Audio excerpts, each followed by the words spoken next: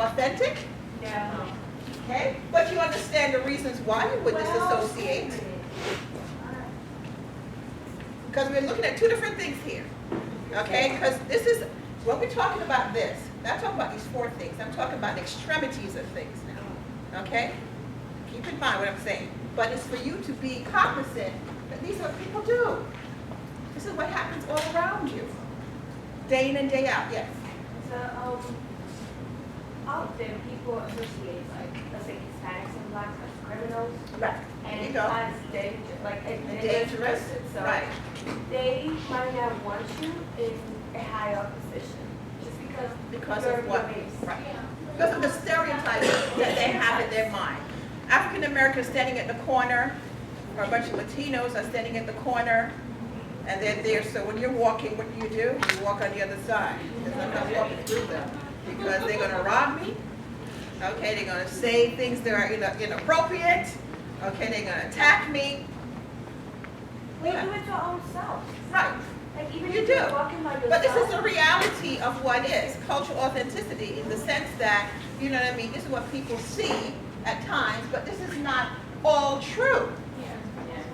There's some elements of it in some respects that are true, but at the same time, you could be walking by Caucasians, you could be walking by different groups, and you get attacked the same way. You understand what I'm saying? But what it is a stereotype. So therefore, if you now have taken up the stereotype for your own self, you're going to behave accordingly, and you don't want to be around individuals that are like you. Right. Right. Okay? Because there's nothing wrong with bettering yourself. Let's get clarity. There's nothing wrong with being the best you possibly can be.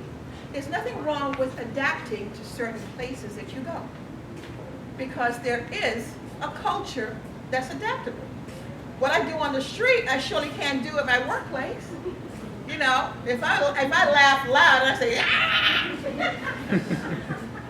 Okay? I'm not being viewed as respectable in some respect in reference to you to the students or even to my coworkers. If this is my constant behavior, I'm not talking about the fact of having fun. Okay, so let's put all this in context. I'm talking about extremities of things. So in other words, we're not saying that you don't care about your culture, you're not important, and there are certain things that are germane to being who you are. Okay, there's certain things germane to being Hispanic, certain foods that you eat, how you dress, certain music you listen to. Nothing wrong with that. That's who you are. Let's not change that. Okay? But let us not stereotype everyone as far as negativity, that they're like this or they're like that. Okay, so be cognizant of who you are, because you need to be very true to your culture as to who you are and what's important, because that's part of your identity. You can't change it. Okay? I have a West Indian family. All right? That doesn't change. Even though I might not be born in the West Indies. But I have a West Indian family that's very West Indian. Can you talk like that? Of course I can. Oh. Of course. Okay? All right. The next one, advocacy base. Now, what does that mean? Unwilling to stand up and defend your race or ethnic group. Yeah, I see all that. We do it all the time. Unwilling to stand up or say anything in defense of them because they deserve it. They behave in a certain type of way. They. Okay? So this is just a reality for you to really sit down and think about. Okay? I don't want to associate with them again. Those people, I may look like them, but I don't associate with them. All right. Another thing, association base. Reluctant to associate and be identified with your race or ethnic group, which is the difference. Is advocacy, you advocate for them, but now you're reluctant to associate with or be identified with your race or ethnic group. There's some people that say, well, they are African American, they say they're white.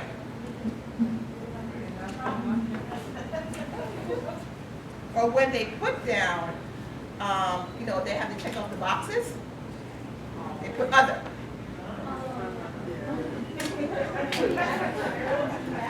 There are people that do that. There are people that do that. I'm using African American because that's what I do. So I'm just saying that. And I can say to myself, I'm not African American. Did I come from Africa? I mean, when you really think about it, let's think about it. I could say, am I African American? I never stepped foot in Africa. So I'm not African.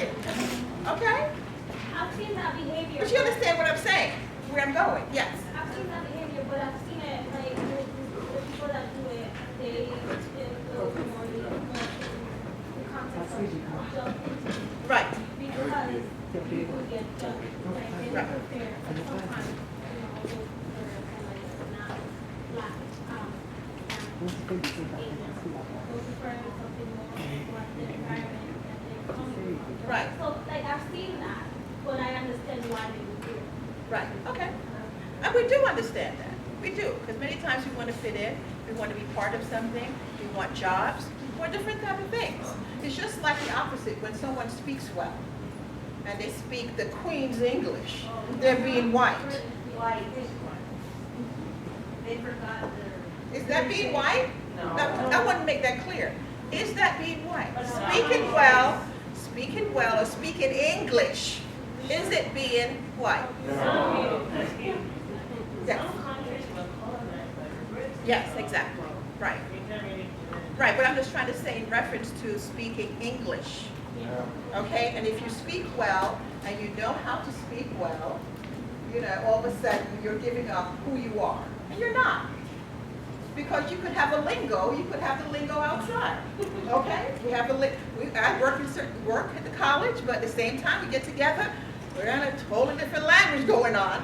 Different kind of ways of talking. You'd be surprised, it's a totally different person.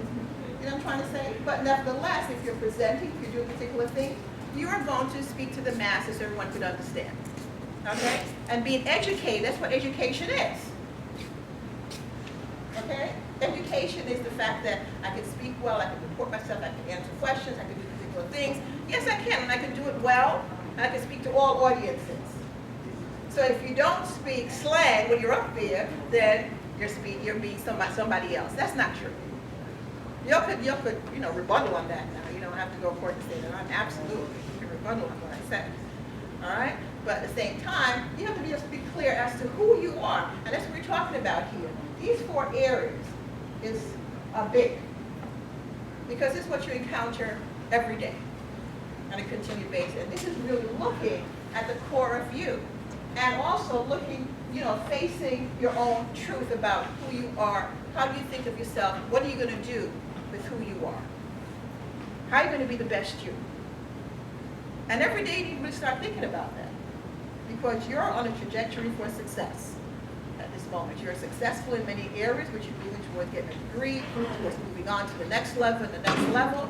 So what is your plan that you're going to have for your future as far as being successful? And what success means to you. All right, so this is just something for you to think about, and think about the mask that you wear on a continual basis. And we all wear masks in order to hide certain things that we feel, certain emotions, how people may view us. We say one thing here, the next group we say something else, the next group we say something else. So we try to, so somebody's asking, well, who are you? Okay? You're all of them. Okay. Authentic leadership, because y'all are leaders. Okay, I just picked out a few people. All right. Okay, authentic leadership. Look at these individuals. This is a few. One of us is our, one of them is going to be our president, president-elect. See that face? This face says a lot. Okay? All right, but these are different leaders. Okay, do you know who this person is at the bottom here? Oh, very good. How about this one? She said more. Oh, very good. I'm about to say, I did that purposely because I'm going to say, do you know who this person is?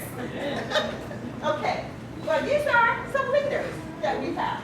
And they all have different stance. They all have led or are leading. And one of them we're going to have for our future leader. Okay? Come what may, it's not going away. This is what we have. And we'll have to deal with it for 4 years or maybe 8. Listen, I'm a realist. Might be 8.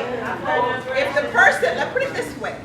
If the person does well based on what the majority believes, you might be going back in. Okay? That's the reality.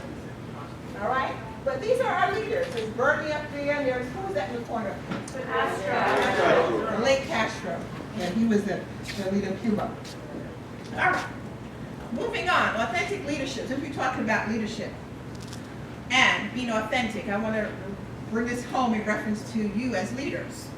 Being an authentic leader is not easy. It takes a great deal of self-reflection and the courage to do the right thing. It involves a degree of selflessness. In a world full of morally corrupt and dysfunctional leaders, which you saw, all right? Authentic leadership theory has become quite popular. People search for good leaders. We all are searching for good leaders. Okay? So, y'all are on the path of leadership. Are you going to be good leaders or bad leaders? Are you going to be telling truths or telling lies? Are you going to be telling half-truths or telling full truths? You know?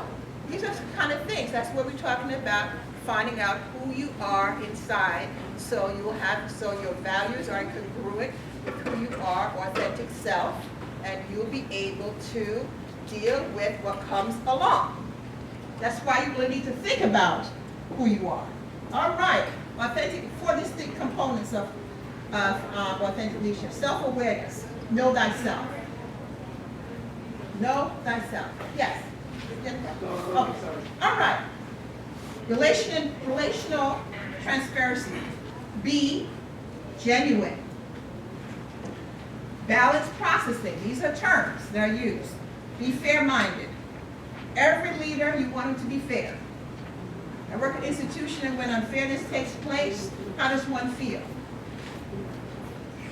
You feel betrayed? You want to rise up, especially if it goes on over and over and over. We see that, and you see it in your life, and how do you feel? What conjures up inside of you when unfairness takes place? Listen, when you're working with people, if you have the opportunity to become, let's say, overseeing individuals, managing people, the one thing you need to do is always be fair. I use the 3 words: fair, firm, friendly, and fair. Because when you're unfair, granted there are people that you like better, but you can't give the impression that you like them more than other people. Like somebody else is not as valuable as the person that you like. Of course, because we all like folks. You know how it goes. You know what I mean? You get along well with them. You know, don't give you a hard time. They get it. And there's other people that they're just like, how are you going to deal with them? You still have to be fair. Okay? You know, but you judge them accordingly to what they can do, because they may do a great job, but you and them might not get along. So how are you going to judge it based on the fact that you and I don't get along? Organizations don't run well when it's based on like. It's based on who does the best job. Granted, in the process, if you get to like each other and get along, it works even better. But everyone, even when you're in classes, the people that you sit next to, some of the people in class, you say they talk too much. Okay, you also always asking questions, so on and so forth. You're annoyed by them, but they're there. Some of you want to tell them to shut up. Stop talking. But should they not ask questions? Should the professor say to them, you know what, you need to be quiet over there. I don't want to hear from you anymore. You always ask me. But there are ways to make the person be part of everything, but at the same time, when I say squelch them, it's like, you've been asking a lot of questions, but you're so knowledgeable. However, I'd like to hear from this one. And then sometimes you chime in, what do you think about that? You know what I mean? So you keep them part of things so they don't feel alienated, but it works.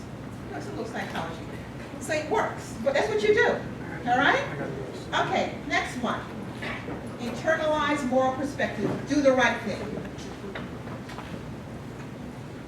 This is what authentic leadership is all about. Doing the right thing, being fair-minded, being genuine, and also knowing yourself. Now, describing each of them, a prerequisite to being authentic leader is knowing your own strengths, limitations, and values. Do you know what your strengths are? Have you ever put those down on a sheet of paper? No. What your strengths are? What's your weaknesses? What are your values? Have you ever done that? No. You need to, because you need to see them. You do.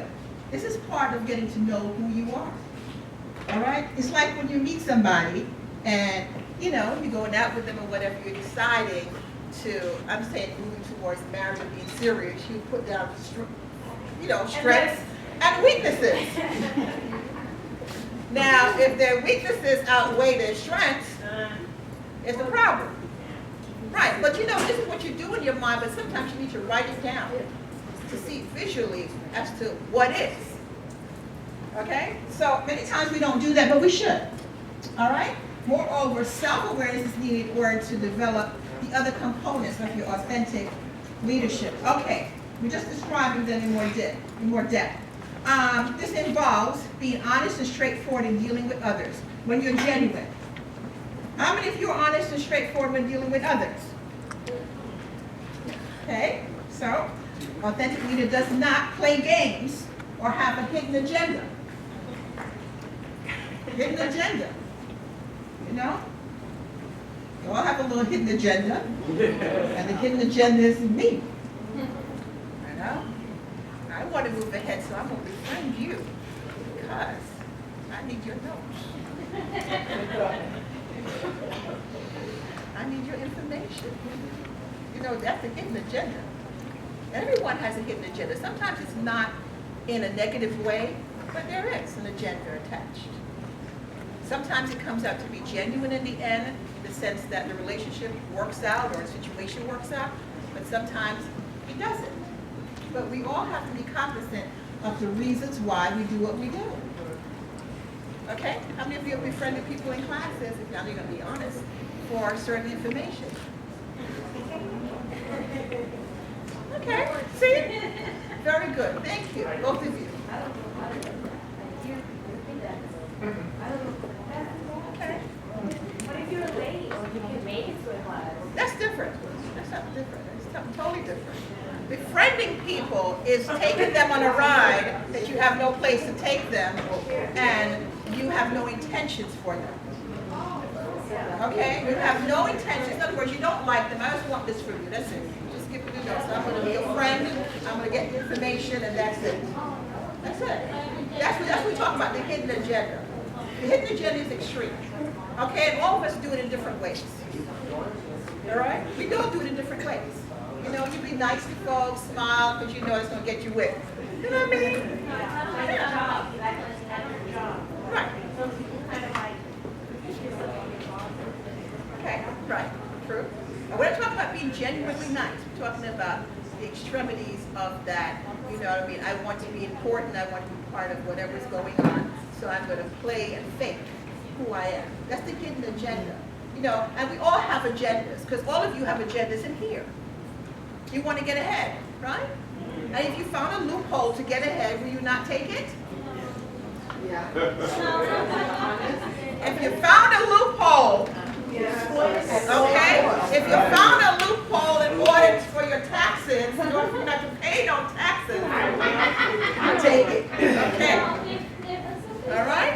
Just like how our president-elect have told you. Yes. He doesn't pay taxes. Well, he's smart. He's smart. Yeah, that's what I'm Right, and he tells you, I don't pay taxes. I don't pay for these federal taxes. I don't pay it. Because he's found a loophole that he can do it. And if you can do it, I can do it too. Right. But keep in mind that if you don't pay, if everyone don't pay, It's wrong. lots of services are not enough. A lot of things are not enough. Understand? So there's two ways. Yes, yes. You had to say something. You had a comment. You had a comment. No, I was saying, it's my brother. Excuse me? Like, Yes. Yes. It's simply, yeah. Yeah. Okay. Well, there you go. Okay, but that's hidden agendas. Sometimes your siblings don't like you. Listen, sometimes people really don't like you. Sometimes they really don't. And they're going to get what they have to get for whatever reason. I'm not being negative here, I'm just being real in reference to it, but we still have to live.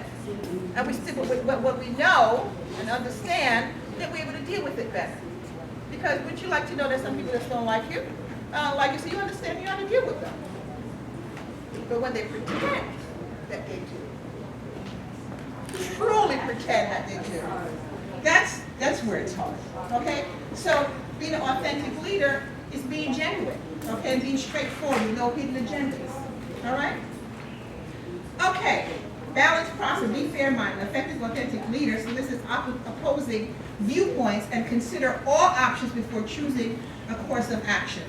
I may not agree with you, with your point. I may not agree with you, but I'm going to listen to it. I'm not going to squelch you because your idea differs than mine. Okay, that's why they tell you to talk about religion. We talk about religion. I talk about religion with my students, and boy, it turns into a big argument every day. Everybody's walking by and coming in because everybody has an opinion. Okay, but we have to learn to accept these other viewpoints, because that's been their experience. That's what they know. Okay, there's no impulsive action or hidden agendas. Plans are well thought out and openly discussed. In other words, being fair-minded, you listen to what everybody else has to say, even though you have your point of view. Okay? And part of leadership is that. I say I'm being an authentic leader. You have to listen to what other people think. It's not going to go along with you, but being a leader. But what is being a leader? I'm going to go to the core of what is being a leader. When you're a leader, what are you? You're able to take criticism Right. and push it back out and talk to it. It's a positiveness. Very good. But yes. You influence others to Right. follow you. Exactly. You do. You influence other individuals to follow you. Yes. Responsible. You're responsible. Yes. You're an example. All right. You're balanced. You're fair-minded. Okay. You have emotional intelligence. Everybody know what emotional intelligence is? Have to do with your emotions. Okay. That's another one that I did. Emotional intelligence, and that one is deep because everything is moved by our emotions. Everything. Yes. Make the final decision, even if the decision is not right. You agree with everybody else. Okay, yes. Bringing groups together, when you don't get along, where it's about you. Yes, yes. Bringing teams and groups together, very good, yes. Good. Very good. Exactly, that's right. You have to be able to follow in order to lead. Yes. And empathy, very good. You look good here. Oh, good. Yes. Examples? Set examples, good. Yes. Taking possible decision. Decisions, yes. Have goals, yes. Have a plan. You have a plan for the group. Yes, go ahead. Also, to be able to bring out somebody else's light and confidence, like to be their authentic self. So not so much saying be, but be yourself and encourage and support them in that. Very, very good. Very good. Yes. Okay, moving on. Internalize moral perspectives, the last one. Do the right thing. An authentic leader has an ethical core. All right? She or he knows the right thing to do and is driven by the concerns of ethics and fairness. You see, I keep talking about ethics and fairness because when we talk about leadership, it's about being fair and being ethical. Okay, and when everybody is unethical, you don't want to be led by them. You're tired of them. You want to get them out of office because you see it. Or what happens? You come immune to what goes on and say, I'm not going to do nothing anymore, whatever. They could run the country, whatever they want to do. They could do whatever because no matter what I do, they'll do the same thing. Okay? Because everything revolves around ethics and fairness with being a leader. All right? You don't know what your path is going to be. None of you know what your path is going to be. You're setting it up right now, but you don't know where you're going to be. Some of you might be in Congress. Some of you might be doctors, lawyers, okay, teachers, professors, yes. Does this mean an authentic leader should not be mistakes? No, it's not. No, an authentic leader acknowledges their mistakes. You can. And an authentic leader also acknowledges their emotions and how they feel about things. Okay? And acknowledging your emotion doesn't mean that you're weak. Because that's what people want to think. If you're weak, oh my gosh, if they're crying, now if they're crying every second, it's something else. Okay? But if something, it's like when President Obama, when those kids was in, Connecticut, and those kids were all shot, you know, he cried. When I say cry, he didn't bawl, but you know, he shed some tears because he was emotional. You know, he thought about his own kids. He thought about all those parents now who, you know, send their kids that morning to go to school, and what happens? They're not home anymore. There's nothing wrong with showing emotion, Okay? I know some of you guys will not show emotions, some women, and I know in the boardroom, women say you can't cry, you can't do whatever, but we all are emotional beings. Okay? Now there's certain control that you need to have because crying every second and weeping and complaining and whining, no one wants to follow you. Okay? But genuine emotion when something happens, that's something totally different. It's just like when you're angry. You know, it's a genuine emotion. You're angry, you're angry. Now, if your anger goes to another level now, where, you know, it's slashing and cutting and all this type of stuff, that's another story because the extremities of everything, of things do not work. It doesn't. But if you're angry, you're angry. Say that you're angry. Tell somebody, I'm angry about it. I didn't like what you did. I didn't appreciate it, and this is the reasons why. Yes? I was just gonna say, I'm glad you brought that up. I mean, I face that challenge with family members too. Yeah. As far as expecting you to have this like perfect, like anytime you're angry or emotion comes up, like you gotta be this going by, like, why are you feeling that way? Or, Right. You get tired of hearing it, like, let me feel, let me feel. And I accept it like this. So I'm glad you brought that up. Yeah, you have to feel. Like when I'm, when I'm machines and we're ready to raise my capitalism and all this stuff, so I feel like that's very important to say. Thank you. Yes. And we have to accept that we are emotional beings, okay? And their emotions, sadness is an emotion. There are times that you're sad, you're just sad. Okay? Now, sadness, if it rolls into depression on a continual basis, then you need to get some help and acknowledge that. All right, but there's nothing wrong with being sad, there's nothing wrong with being angry, there's nothing wrong with being happy, jovial, have joy. It's all wonderful.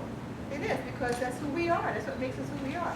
You don't want to have people around that have no feeling whatsoever and no empathy and no caring at all. As a leader, authentic leaders care. They show empathy. They care about other people. It's not about self, all about self. It's about my grandization. It's me, me, me, me, me. And you don't like friends like that. You don't like to be around people like that. But then at the same time, think about yourself, because maybe sometimes it is all about us. And there's something wrong with, let's put in perspective, about, like take for instance, 2017, we all have made, resolutions. Oh, it's about me, I'm going to take care of me, which is good, and you should. Because if you don't feel good about yourself, nobody's going to feel good about you. Nobody's going to do nothing for you. Okay? But when you're now lording over people, which is a totally different thing, it's all about being selfish and taking everything. Everything has to be for me. If the biggest cake is there, I'm taking the biggest piece. If this is over here, I'm taking the largest one. You know what I mean? So you don't have people like that. Don't you know folks like that? Anything that's big, they grab that the quicker. Yeah. Because that's what they feel. I want it, I'm going to take it. But there are times that you have to make certain decisions and not do that. It's necessary. What do you think about what you said? Well, let's turn it. What I say. Comment? Yes. Yes. This might be a little off, but That's this fine. is still talking about leadership. Like my 9-year-old son, and anybody who gets Trump, like, oh, Trump is still the president, he's crying. So how do I explain to him, oh, Trump is still going to be a leader for the next 4 years? When he says that, I feel like, what do I say? So how did you come to get that emotion about Trump? I don't like him. I like to. But how did you said that his actions are what? Crying when he hears Trump? Okay. So how did he get that emotion? How did he decide that? I mean, he's autistic. Yes. So Okay. He cries a lot. Right. So I'm just the president and he start crying. I'm like, But you have to let him know, I think like anything else, like in life, we don't get all that we want. Okay? It's just like how everybody was marching initially. Now, you see anybody marching anymore? No. Remember? Wow, I said, boy, they're going to get him out of office. They're going to get him out of office. But you know what?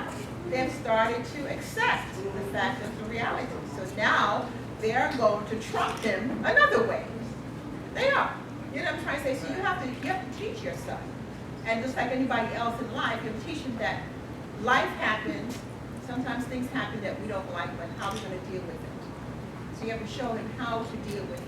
That he's in, and respect the office that he's in. Doesn't mean respect his behavior, respect his office. Because even all the congressmen everybody do not like, or senators do not necessarily like, but they're respecting office of the president, and he is the president. Now, they could try to veto certain things. They could try to hold out on things that he wants to propose. You know what I'm trying to say? There are other ways to skin cats, just like how they did with Obama. Okay? He was proposing great things, and what they did, they tried to cut everything that he wanted to do. Obamacare, he got it done. Now they want to repeal. Okay? But they're not coming up with anything new. And I'm going to use my political agenda right now, but I'm just trying to say, if you're repealing something, come up with something else that's going to be better than whatever it is. But even Obama doesn't like the fact of what they did, but what he said, and that's why I respect him. When he says that authentic leader, he said that, fine, you don't like Obamacare? Come up with something else, let me see it, and I'll go along with it. It's better than what I got. You get all mad and crazy, I'm going to do, no. He said you have something else better than what's working for the American people right now, the people who did not have health insurance at all. You have something better? I'll accept it, but come up with something that's better. And that's the reality of things. So we have to learn to adjust and learn to work around things even though we don't like it. You're in a class, you don't like the professor. Give the professor what they want so you get out of it. I mean, when you really think about it. Yeah, I don't love their style, I don't like whatever. They ask you for particular things, give it to them, bye. It's only for a certain period of time and it's over. You know what I'm trying to say? Okay, because their style is going to be their style. Unless they're insulting you and do some other things that are totally inappropriate, that's something else. But if you don't like it, because some students don't like your professor's style. So they tell everybody, don't go to that class, it's hard. Don't go to that class, don't go to that professor. But then you have to meet that professor. There's maybe certain courses you have to meet that professor. What you gonna do? Run? No, you deal with the person as is. Because there's one of them and there's 30 of you. I don't have to love you. You ask me for something, I give you the work and that's it. Because I know it's gonna be over in 60, 50. All right? Okay, so. Authentic leaders, they are self-aware. They're not afraid to show their real selves and their vulnerabilities. Their behavior doesn't differ when they're in public and in private. Yes? If you're a leader and you're going to, do you tell people you're going to start being selfish? Like, not selfish, like selfish, taking things for yourself, but like selfish as in like a new way to like. You don't tell any people that, you just do. You just do. You do your best. You know, in other words, it's like, I don't make resolutions. What I do is that I look at each year as an opportunity to do new things. So what I did this year is that I did 100 days, the first 100 days. And I have a listed of things that I'm going to be doing. Now, it's not to be 100 things, but I gave my time, my period of time is 100 days. That these things I'm going to make happen. And I start to do them. Some things I didn't do last year, I'm going to make happen because 2017 is going to happen. So whatever it is, if it's 30 days, you said I'm going to do this. You know what I mean? And so on and so forth. Or I'm going to start it. Because I was telling them to lose weight. Oh, I'm going to be thin this year. Oh, I'm going to be this. You know what I mean? So you have to find out what that means to you. Is it going to be more so I'm going to be healthy? Because as a result of being healthier, guess what? You're going to lose weight. As opposed to saying, you know what? I'm going to drop 50 pounds. And then, when the year is over and you just drop 5 pounds, you're upset. As opposed to eating healthy and changing a few things in your diet, and you will start losing weight. You know, as opposed to say, I'm going to be more healthy. You know, yes? If you read that, can you seek advice someone else? Like, give some advice? Yes. You advise every day. By your own behavior, you advise.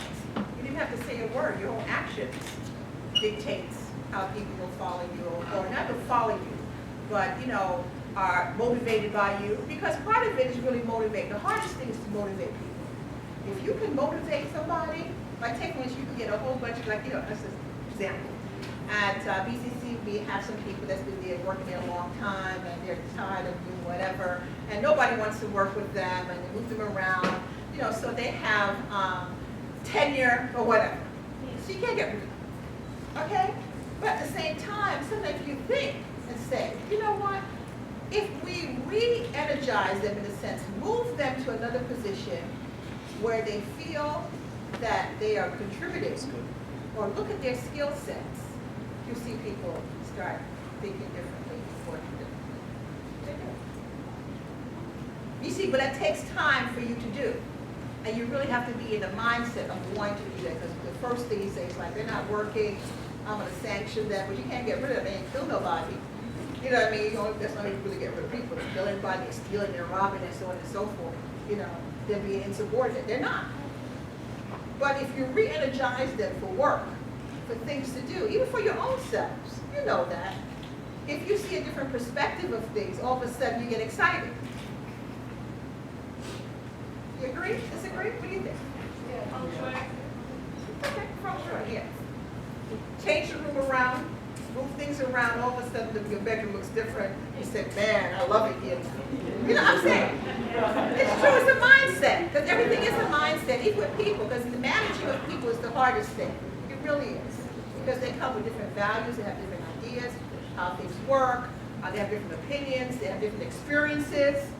And then you're trying to get them on board to do what they need to do. They only do the minimum, and you're like, my God, the minimum. I mean, could you do something else? But you know that they have certain skills, but they're tired. They don't want to be bothered.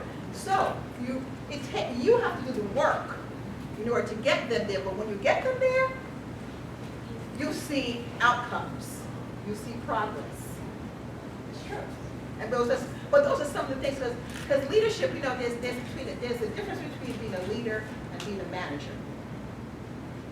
Okay, manage is like, you know, you doing the minutia of things with people every day, you know, step by step. But therefore, what leadership is a changing the mindset of people and motivating them internally to move from here to there, or to see the vision. Because when somebody sees the vision, then creative juices start to flow, and they want to move from here to there. They want to do different things. And if they feel they're part of something,